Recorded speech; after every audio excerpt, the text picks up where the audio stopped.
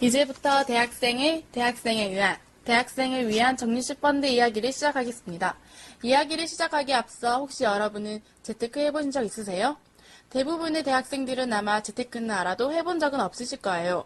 보통 대학생들은 재테크를 일정하게 큰 금액을 버는 사람이 아닌 것, 어려운 것, 귀찮은 것 등으로 생각하는 것이 대부분입니다.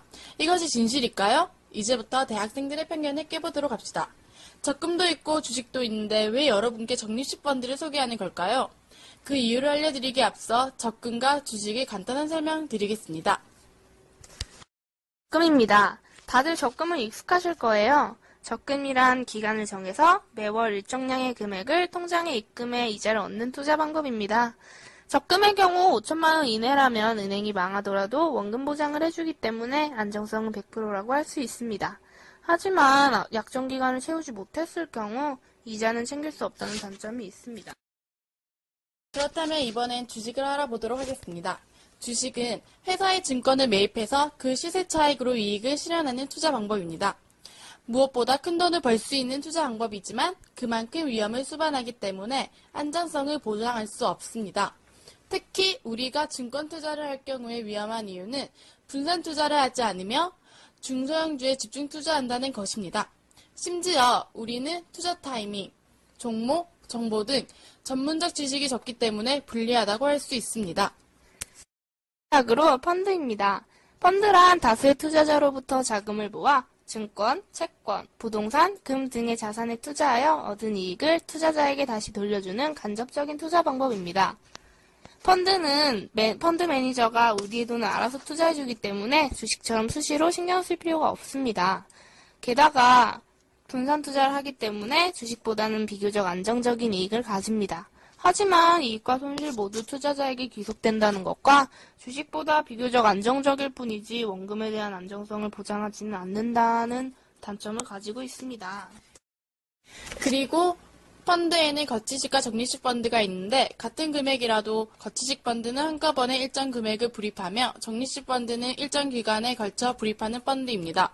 저희가 소개할 적립식 펀드는 일정 기간에 걸쳐 불입하기 때문에 5만 원이라는 적은 돈으로도 투자가 가능하며 직장인뿐만 아니더라도 우리 같은 학생들 역시 나중에 여행 혹은 어학연수 등 목돈이 필요할 때를 위한 상품입니다. 특히 적립식 펀드의 주 특징 중 하나는 코스트 에버리징이라는 효과인데 이것은 투자 시기를 분산해서 매수가를 낮추고 투자 위험을 회피하는 효과입니다. 똑같이 매수 시점을 여러 번으로 나눠 5만원씩 납입한다고 가정해볼까요? 매수 시점마다 1,000원, 950원, 800원 등 각각 다른 기준 가격을 형성하고 있습니다.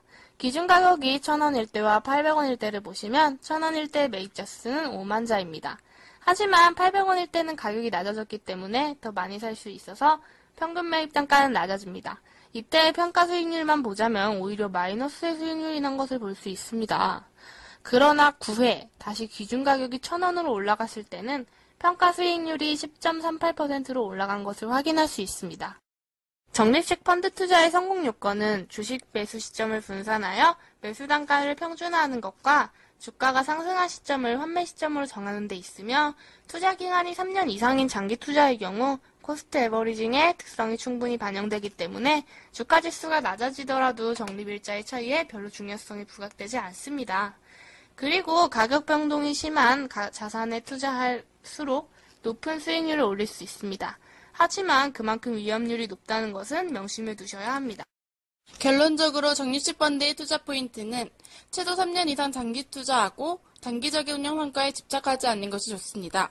또 지나치게 신중히 투자할 필요는 없으며 운영 수수료가 너무 비싼 펀드는 피하는 것이 좋습니다. 그리고 펀드 선택 시 체크하셔야 할 것들이 있는데요.